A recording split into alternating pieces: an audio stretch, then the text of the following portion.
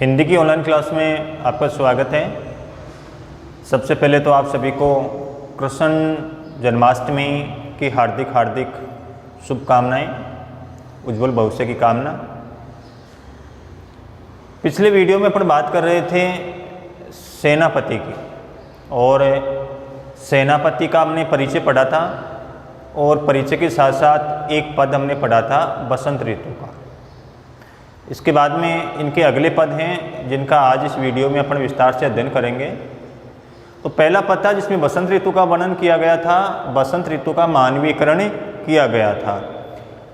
दूसरा पद है, इस दूसरे पद में कवि सेनापति ने, ये सारे के सारे पद हैं वो ऋतु वर्णन से लिए गए हैं। किससे लिए गए हैं? ऋतु वर्णन से। ऋतु का वर्णन है, सबसे पहले बसंत का पढ़ लिया, अब हम ग्रीष्म ऋतु का पढ़ेंगे, वर्षा ऋतु का पढ़ेंगे और शीत ऋतु का पढ़ेंगे। चारों ऋतु का कवि सेनापति ने वर्णन किया है कि वर्षा ऋतु आने पर प्रकृति में किस प्रकार का बदलाव होता है, ग्रीष्म ऋतु आने पर किस प्रकार का बदलाव होता है, और शीत ऋतु आने पर किस प्रकार का बदलाव होता है। तो ये दूसरा पद है। इस दूसरे पद में कवि सेनापति ने दो ऋतुओं का एक साथ वर्णन किया है। एक ग्रीष्म ऋतु का वर्णन किया है और एक है वो वर्षा ऋतु का वर्णन किया है। पद एक है, लेकिन इस एक ही पद में दो ऋतुओं का उन्होंने वर्णन किया है। तो दोनों ऋतुओं का वर्णन अपने सी के अंदर पढ़ेंगे। सबसे पहले ये जो पद है, इस पद का भाव अपन ग्रीष्म ऋतु के संदर्भ में लेंगे। यानी ग्रीष्म ऋतु में समाज के अंदर, प्रकृति के अंदर क्या बदलाव, क्या परिवर्तन होते हैं। तो देखो, क्षिति, क्षिति का मतलब होता है जहाँ पर धरती और आकाश आपस में मिलते हुए दिखाई देते हैं बहुत दूर। देखे क्षिति अंबर जले, जले का मतलब यहाँ पर है जलना, क्योंकि अपन किसके पक्ष में ले रहे हैं? ग्रीष्म ऋतु के। ग्रीष्म ऋतु आपको व्याख्या भी इसी प्रकार से करनी है। सबसे पहले लिखेंगे ग्रीष्म ऋतु, और ग्रीष्म ऋतु में इसका भावार्थ करेंगे। फिर लिखेंगे वर्षा ऋतु, और फिर वर्षा ऋतु के संदर्भ में इसका भावार्थ करेंगे। दोनों ऋतुओं का अलग अलग रूप में इसका अपन क्या करेंगे? भावार्थ करेंगे। तो सबसे पहले देख रहे हैं अपन ग्रीष्म ऋतु। कवि सेनापति कह रहे हैं, देखे क्षिति अंबर जले है चारी ओर छोर। जले का मतलब यहाँ पर क्या है? जलना। कवि सेनापति कह रहे हैं कि ग्रीष्म ऋतु प्रारंभ हो गई है, और ग्रीष्म ऋतु प्रारंभ होते ही दूर दूर तक धरती और आकाश हैं वो जलते हुए दिखाई दे रहे हैं, जलते हुए प्रतीत हो रहे हैं। देखे क्षिति, क्षिति का मतलब धरती, धरती का वह कोना जहाँ पर धरती और आकाश आपस में मिले हुए प्रतीत होते हैं। और अपन गर्मियों के अंदर देखते हैं कि बहुत दूर तक ऐसी आग की लपटें सी निकलती रहती हैं। तो कवि यही कह रहा है कि ग्रीष्म ऋतु प्रारंभ हो गई है, और ग्रीष्म ऋतु के प्रारंभ होने के बाद में धरती और आकाश है वो दूर दूर तक जलते हुए प्रतीत हो रहे हैं।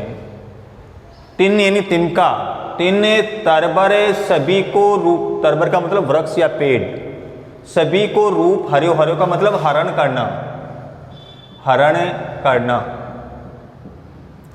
और अत्यधिक गर्मी के कारण, ग्रीष्म ऋतु के कारण या अत्यधिक गर्मी के कारण तिनके और पेड़ पौधे सभी क्या हो गए हैं? सूख गए हैं। इन्हें अत्यधिक ग्रीष्म ऋतु ने, अत्यधिक गर्मी ने पेड़ पौधे और तिनके सभी के रूप का क्या कर लिया है? हरण कर लिया है। कि जो पेड़ पौधे अब तक बिल्कुल हरे भरे थे, अत्यधिक गर्मी पड़ने के कारण वो पेड़ पौधे और तिनके भी क्या हो गए हैं? सूख गए हैं। तीन तरबर सभी को रूप, हरियो, हरियो का मतलब हरण करना। अत्यधिक गर्मी पड़ने के कारण या अत्यधिक गर्मी ने पेड़ पौधे और तिनके सभी के रूप का हरण कर लिया है। वो अत्यधिक गर्मी पड़ने के कारण सारे क्या हो गए हैं? सूख गए हैं। माजर लागे ज्योति भादव की होती चले। भादव का यहाँ पर अर्थ है, वैसे तो भाद्रपद का महीना होता है, लेकिन यहाँ पर है जंगल की आग के लिए आया है कि अत्यधिक गर्मी पड़ रही है, और वह अत्यधिक गर्मी है वो ऐसी लग रही है कि मानो पूरे जंगल के अंदर ही क्या लग गई है? आग लग गई है। महाजर लागे ज्योति भादव की होती चले, ये ग्रीष्म ऋतु है वो भाद्रपद के महीने तक लगातार चल रही है। अत्यधिक गर्मी पड़ रही है, लू चल रही है। महाजर लागे ज्योति भादव की होती चले, जलद पवन, जलद का मतलब यहाँ पर है जलाने वाली। जलद का मतलब यहाँ पर क्या है? जलाने वाली। किसके संदर्भ में? ग्रीष्म ऋतु के संदर्भ में। जलद पवन हवा है वो अत्यधिक गर्मी के कारण कैसी लग रही है, जलाने वाली लग रही है। तन सेक मान्यो पर्यो है, और जब हमारे शरीर पर लगती है या वह जो गर्म हवा है वह लू है वो हमारे शरीर को क्या कर रही है, सेक रही है। तन सेक मान्यो पर्यो है, वह गर्म हवा निरंतर हमारे शरीर को क्या कर रही है, जला रही है, हमारे शरीर को सेक रही है। दारुण तरणी तरे नदी सुख पावे सब, अत्यधिक ग्रीष्म अत्यधिक गर्मी के कारण और अत्यधिक गर्मी से लोग क्या हो गए हैं, अत्यधिक व्याकुल हो गए हैं, परेशान हो गए हैं। इसलिए लोग उस अत्यधिक गर्मी से बचने के लिए दारुण तरणी यानी नाव, तरणी का मतलब क्या है यहाँ पे, नाव, कि अपनी टूटी फूटी नाव लेकर के और कहाँ पर निकल गए हैं, नदियों के अंदर निकल गए हैं। किसके लिए, सुख प्राप्त करने के लिए, गर्मी से बचने के लिए अपनी टूटी फूटी नाव लेकर के वो नदी के अंदर चले गए हैं। सीरी घन यानी बादल, सीरी का मतलब होता है ठंडी। सीरी घने चाहे चाइबो चित्त धर्यो है, और जो मन है वो भी ठंडी छां के अंदर ही धैर्य धारण कर रहा है। मन भी अत्यधिक व्याकुल हो गया है अत्यधिक गर्मी पड़ने के कारण, इसलिए व्यक्ति है वो हर जगह ठंडी छाया को प्राप्त करना चाहता है, या फिर ठंडी छां के अंदर ही, बादलों की ठंडी छां के अंदर ही व्यक्ति है वो सुख प्राप्त कर सकता है, उसके मन को धैर्य प्राप्त हो सकता है। देखी चतुराई सेनापति कविताई कीजू, इस प्रकार कवि सेनापति कहते हैं कि मेरी कविता करने की चतुराई को देखो, मेरी कविता करने की कला को देखो। कैसे, ग्रीष्म विषम वर्षा की सम कर्यो है, कि मैंने भीषण ग्रीष्म ऋतु को भी किसके समान, वर्षा ऋतु के समान सरस बना दिया है। देखी चतुराई सेनापति कविताई कीचू, कवि सेनापति कहते हैं कि मेरी कविता करने की कला को देखो, निपुणता को देखो, चतुराई को देखो, कि मैंने भीषण जो ग्रीष्म ऋतु थी उस भीषण ग्रीष्म ऋतु को भी किसके समान सरस बना दिया है, वर्षा ऋतु के समान सरस बना दिया है। ये तो भावार्थ है इसका ग्रीष्म ऋतु के संदर्भ में। अब इसी का भावार्थ अपन पढ़ेंगे वर्षा ऋतु के संदर्भ में। वर्षा ऋतु के संदर्भ में इसका क्या अर्थ निकलेगा, देखे चीती अंबर जले का मतलब जल से है यहाँ पर, उसमें क्या अर्थ आ रहा था, जले का मतलब जलना, और वर्षा ऋतु का जब भावार्थ करेंगे तो जले शब्द का क्या अर्थ होगा, जल या पानी। कवि सेनापति कह रहे हैं कि वर्षा ऋतु क्या हो गई है, प्रारंभ हो गई है, और वर्षा ऋतु प्रारंभ होते ही दूर दूर तक चारों ओर क्या दिखाई दे रहा है, पानी पानी दिखाई दे रहा है। किसके संदर्भ में भावार्थ कर रहे हैं अपन, वर्षा ऋतु के संदर्भ में। तो देखे चीती अंबर जले है चारी ओर छोर, कवि सेनापति कहते हैं कि वर्षा ऋतु प्रारंभ हो गई है, और वर्षा ऋतु प्रारंभ होने के बाद चारों तरफ दूर दूर तक हमें क्या दिखाई दे रहा है, केवल पानी पानी दिखाई दे रहा है। तीन तरबर सभी को रूप हरियो, हरियो का मतलब यहाँ पर हरा भरा है, और वर्षा ऋतु के कारण अत्यधिक वर्षा होने के कारण जो पेड़ पौधे और तिनके ग्रीष्म ऋतु के अंदर सूख गए थे, अब वो फिर से कैसे हो गए हैं, हरे भरे हो गए हैं। तीन तरबर सभी को रूप हरियो है, कि वर्षा ऋतु प्रारंभ होने के कारण, वर्षा होने के कारण जो पेड़ पौधे अत्यधिक गर्मी के कारण झुलस गए थे, जल गए थे, वो वर्षा ऋतु के कारण क्या हो गए हैं, हरे भरे हो गए हैं। माजर लागे ज्योति भादव की होती चले, और ये वर्षा की जो झड़ी है वो कौन से महीने तक चल रही है, भाद्रपद के महीने तक लगातार चल रही है। माजर लागे यानी रिमझिम रिमझिम क्या हो रही है, बरसात हो रही है, ज्योति भादव की होती चले, और ये जो वर्षा की झड़ी है वो कौन से महीने तक चल रही है, भाद्रपद के महीने तक चल रही है। जलद पवन, जलद का मतलब यहाँ पर क्या है, बादल। जलद पवन कि बादलों के स्पर्श से हवा है वो कैसी होकर के आ रही है, ठंडी होकर के आ रही है, ठंडी हवा बह रही है। तन सेक मान्यो पर्यो है, और वह ठंडी हवा हमारे शरीर के ऊपर लग कर के अत्यधिक सुख का अनुभव करवा रही है, अत्यधिक अच्छी लग रही है। दारुण तरणी तरे नदी सुख पावे सबे, और वर्षा ऋतु के अंदर नदी नाले हैं वो पानी से भर गए हैं, इसलिए लोग घूमने के लिए और आनंद प्राप्त करने के लिए नौका विहार के लिए निकल गए हैं, घूमने के लिए निकल गए हैं। दारुण तरणी तरे नदी सुख पावे सब, सुख प्राप्त करने के लिए, घूमने के लिए, आनंद के लिए, मस्ती के लिए कहाँ पर निकल गए हैं? नाव लेकर के नदियों के अंदर निकल गए हैं। श्री घनी चाहे चाय को चित धर्यो है, और चारों तरफ बादलों की क्या हो गई है? ठंडी चाह हो गई है, जिसके कारण मौसम अत्यधिक सुहावना बन गया है। श्री घने चाहे चाइबो चित धर्यो है, कि वर्षा ऋतु, और वर्षा ऋतु के अंदर आकाश के अंदर बादल हैं, उन बादलों के कारण मौसम है वो बहुत अधिक सुहावना हो गया है, मन को अत्यधिक आनंद देने वाला हो गया है, मन को अत्यधिक सुख देने वाला हो गया है, धैर्य प्रदान करने वाला हो गया है। देखी चतुराई सेनापति कविताएं कीजू, इस प्रकार कवि सेनापति कहते हैं कि मेरी कविता करने की चतुराई कला को देखो, मैंने भीषण ग्रीष्म ऋतु को भी वर्षा ऋतु के समान सरस और सुंदर बना दिया है। ये एक ही पद के अंदर दो ऋतुओं का इसके अंदर भावार्थ था, एक ग्रीष्म ऋतु का और एक वर्षा ऋतु का। दोनों का भावार्थ अपने को अलग अलग करना है। सबसे पहले लिखेंगे ग्रीष्म ऋतु के पक्ष में, फिर उसके नीचे लिखेंगे अपने वर्षा ऋतु के पक्ष में। इसके बाद में अपना तीसरा पद है, और ये तीसरा पद अलग से दिया गया है। कौन सी ऋतु का दिया गया है? वर्षा ऋतु का दिया गया है, अलग से वर्षा ऋतु का दिया गया है। और वर्षा ऋतु का किस प्रकार से मनोहरी वर्णन कवि सेनापति ने किया है, क्या कह रहे हैं? दामिनी दमक, दामिनी का मतलब होता है बिजली, दामिनी का क्या अर्थ होता है? बिजली। कवि सेनापति कह रहे हैं कि वर्षा ऋतु प्रारंभ हो गई है, और वर्षा ऋतु प्रारंभ होते ही आकाश में जो बादल हैं उन बादलों में क्या चमकने लग गई है? बिजली चमकने लग गई है। सुरचाप की चमक, सुरचाप का मतलब होता है इंद्रधनुष, सुरचाप का मतलब क्या होता है? इंद्रधनुष। और इंद्रधनुष कौन सी ऋतु में दिखाई देता है? वर्षा ऋतु में दिखाई देता है।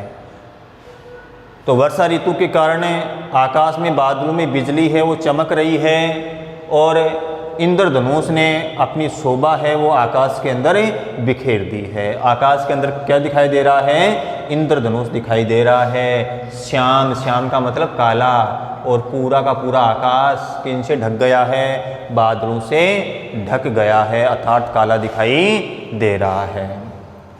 आगे कह रहे हैं घटा की झलक, घटा यानी बादलों की, घटा की झलक अति घोर घनघोर थे, कि आकाश के अंदर क्या उमड़ घुमड़ रही हैं? बादलों की, बादल हैं वो आकाश के अंदर उमड़ घुमड़ रहे हैं, और उमड़ घुमड़ करते हुए वो घनघोर क्या कर रहे हैं? ध्वनि कर रहे हैं, यानी गरज रहे हैं।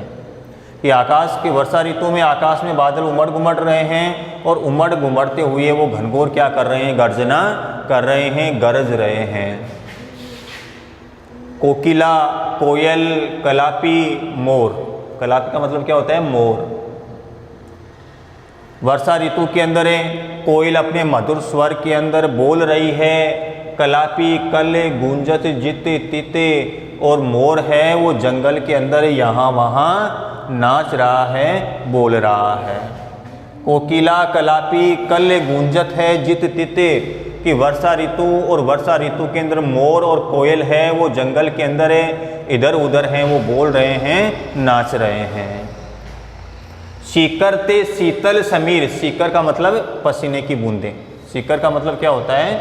पसीने की बूंदें। सीकर ते शीतलिन, ठंडी, समीर यानी हवा, जकोरते के परिश्रम करने के कारण शरीर पर जो पसीना आता है, और उस पसीने के ऊपर जब ठंडी हवा लगती है तो वह ठंडी हवा हमारे शरीर को क्या कर रही है? झकझोर रही है। सीकर ते शीतल समीर की झकोर थे, कि परिश्रम करने के कारण शरीर पर आए हुए पसीने के ऊपर जब ठंडी हवा लगती है तो वह ठंडी हवा हमारे शरीर को क्या कर रही है? झकझोर रही है। सेनापति आवन कयो है मन भावन सु, कवि सेनापति कहते हैं कि इस वर्षा ऋतु के अंदर मन को भाने वाले प्रियतम ने आने के लिए कहा था। वर्षा ऋतु होती है जिसको प्रिय और प्रियतम के मिलन की सबसे मधुर ऋतु बताया गया है। तो सेनापति आवन कयो है, आने के लिए कहा है किसने? मन भावन सु। कवि सेनापति कहते हैं कि इस वर्षा ऋतु में मन को भाने वाले प्रियतम ने क्या कहा था, आने के लिए कहा था कि वर्षा ऋतु प्रारंभ होते मैं आ जाऊंगा, लेकिन वो नहीं आ पाया। और जब नहीं आ पाया, लाग्यो तरसावन विरह जुर जोरते, प्रियतम नहीं आया और प्रियतम के नहीं आने पर उस प्रियतम का जो विरह है, जो वियोग है, वो मुझे अत्यधिक सता रहा है, अत्यधिक दुखी कर रहा है। लाग्यो है तरसावन, तरसाने लगा है। विरह जुर जोरते, किसका विरह, प्रियतम का विरह, कि प्रियतम के नहीं आने पर, आने के लिए कहा था लेकिन नहीं आया, और नहीं आने पर उस प्रियतम का जो विरह है, वियोग है, वो मुझे लगातार क्या कर रहा है, तरसा रहा है, अत्यधिक व्यथित और दुखी बना रहा है। आयो सखी सावन, कवि सेनापति कह रहे हैं कि हे सखी, सावन का महीना प्रारंभ हो चुका है, सावन का महीना आ गया है, मदन सर सावन, और इस सावन के महीने में प्रियतम पास में नहीं है, और जब प्रियतम पास में नहीं है तो उस प्रियतम का विरह है, वो मुझे कामदेव की भांति निरंतर क्या कर रहा है, सता रहा है। मदन का मतलब क्या है, कामदेव, कामदेव। ये सखी, सावन का महीना आ गया, सावन का महीना प्रारंभ हो चुका, लेकिन अभी तक प्रियतम नहीं आया, तो प्रियतम के नहीं आने पर उसका विरह है, वो मुझे किसकी भांति सता रहा है, कामदेव की भांति निरंतर सता रहा है, निरंतर दुखी कर रहा है। लाग्यो है बरसावन, हे सखी, बाहर चारों तरफ पानी है, वो बरस रहा है, रिमझिम बरसात हो रही है। सलील चौ ओरते, सलील का मतलब जल, चारों तरफ पानी पानी भर गया है, चारों तरफ पानी पानी बरस रहा है। ये अलग से किसका था, वर्षा ऋतु का था। इसमें भी वर्षा ऋतु का किया था, ये अलग से वर्षा ऋतु का कर दिया। और जब आप अपना जो अंतिम है वो है अपना शीत ऋतु का, तो अंतिम देखते हैं। देखो, अपना चौथा पद है और इस चौथे पद में शीत ऋतु का वर्णन किया है। वैसे सामान्य रूप से अपन जानते हैं कि सर्दी में क्या होता है, बहुत अधिक सर्दी पड़ती है, लोग सर्दी से बचने के लिए क्या क्या उपाय करते हैं, तो वही कुछ सामान्य बातें इसके अंदर बताई हैं, तो देखते हैं। शीत को प्रबल, सेनापति चढ़ो कोपी दल, कोपी का मतलब क्रोधित होना, क्रोधित होना। कवि सेनापति कह रहे हैं शीत को प्रबल, कवि सेनापति कह रहे हैं कि अत्यधिक सर्दी पड़ने लग गई है, इन भयंकर सर्दी पड़ने लग गई है। सेनापति कोपी चढ़ो दल, सेनापति कह रहे हैं कि शीत ऋतु ने अपने दलबल के साथ अत्यधिक क्रोधित होकर के क्या कर दिया है, आक्रमण कर दिया है। आक्रमण करने का मतलब है अत्यधिक सर्दी पड़ना, भयंकर सर्दी पड़ना, पानी भी क्या हो जाता है, जम जाता है। शीत को प्रबल सेनापति कोपी चढ़ो दल, कवि सेनापति कह रहे हैं कि शीत ऋतु ने अपने पूरे दलबल के साथ अत्यधिक क्रोधित होकर के और क्या कर दिया है, आक्रमण कर दिया है, यानी अत्यधिक भयंकर रूप में सर्दी पड़ने लग गई है। और जब अत्यधिक सर्दी पड़ती है, भयंकर रूप में सर्दी पड़ती है, तो क्या होता है, निबल अनल, अनल का मतलब आग, निबल का मतलब कमजोर, और अत्यधिक सर्दी पड़ती है तो आग भी कैसी हो जाती है, निस्तेज हो जाती है, आग भी कमजोर हो जाती है। गयो सूर्य शिराई की, सूर का मतलब सूर्य, शिराई का मतलब ठंडा होना, सुराई का मतलब क्या होता है, ठंडा होना, कि अत्यधिक सर्दी पड़ने के कारण आग भी कैसी हो गई है, कमजोर हो गई है, और सूर्य भी क्या पड़ गया है, ठंडा पड़ गया है। सूर्य का तेज भी कैसा हो गया है, निस्तेज हो गया है। सूर्य का तेज भी इतना नहीं बचा है, यानी निबल अनल, आग कमज़ोर हो गई है और सूर्य भी कैसा पड़ गया है, ठंडा पड़ गया है। हिम के समीर, कैसी हवा चल रही है, बर्फीली हवा बह रही है, बर्फीली हवा चल रही है। हिम का मतलब बर्फ, समीर का मतलब हवा। हिम के समीर, बर्फीली हवा चल रही है। तेई बरसे विषम तीर, और जब वह बर्फीली हवा हमारे शरीर को लग रही है, तो वह हवा जब हमारे शरीर को लगती है तो ऐसा प्रतीत होता है कि मानो हमारे शरीर के ऊपर कोई बाणों की क्या कर रहा है, वर्षा कर रहा है। हिम के समीर, बर्फीली हवा बह रही है। तेई बरसे विषम तीर, और जब वह बर्फीली हवा हमारे शरीर को लगती है तो हमें ऐसा प्रतीत होता है कि मानो हमारे शरीर के ऊपर किसी ने बाणों से हमला कर दिया, इन बाण के समान हमारे शरीर पर वह चुभने वाली प्रतीत होती है। रही है यानी रह गई है, गरम भवन कोनन में जाए के, भवन का मतलब भवन के, और जो गर्म हवा है सर्दियों के अंदर गर्म हवा कहाँ पर जाकर के छिप गई है, भवन के मकान के कोने में जाकर के छिप गई है। अपन सर्दियों में देखते हैं कि थोड़ी बहुत गर्मी का एहसास कहाँ पर होता है, जो मकान के जो कोने होते हैं उन कोनों के अंदर हमें किसका एहसास होता है, गर्मी का एहसास होता है। तो अत्यधिक सर्दी के कारण जो गर्म हवा है वो गर्म हवा भी कहाँ जाकर के छिप गई है, भवन के कोनों में जाकर के छिप गई है।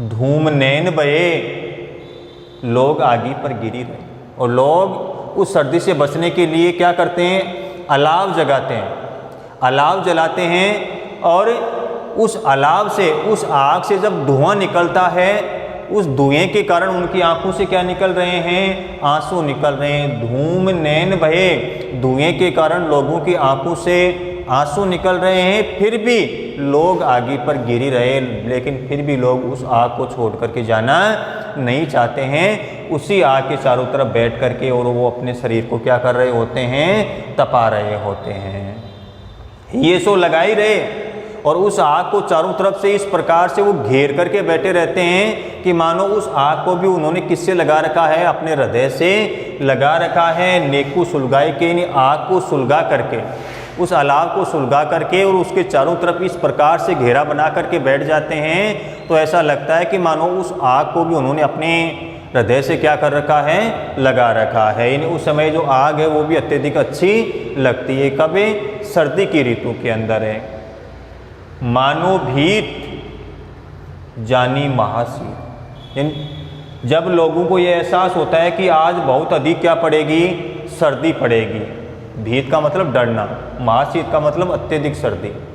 मानो भीत जानी महाशीत, जब लोगों को ये आभास होता है कि आज बहुत अधिक सर्दी पड़ेगी, उस सर्दी पड़ने के भय से बचने के लिए कि आज बहुत अधिक सर्दी पड़ेगी, इस कारण लोग क्या हो जाते हैं, अत्यधिक भयभीत हो जाते हैं, डर जाते हैं। और उस समय ते पसारी पानी, उस समय वो अपने डर को दूर करने के लिए, सर्दी को दूर करने के लिए आग के ऊपर अपने हाथों को फैला देते हैं, अपने हाथों को सेकते रहते हैं। छतिया की चाहे राख्यो पावक सिपाही की, पावक का मतलब आग, और उस समय लोग हैं उस आग को अपने हृदय से छिपा करके रखते हैं, अर्थात उस आग के अंदर अपने शरीर को तपाते रहते हैं, अपने शरीर को सेकते रहते हैं। ये अपने सेनापति के जो 4 पद थे वो चारों पद हो चुके हैं।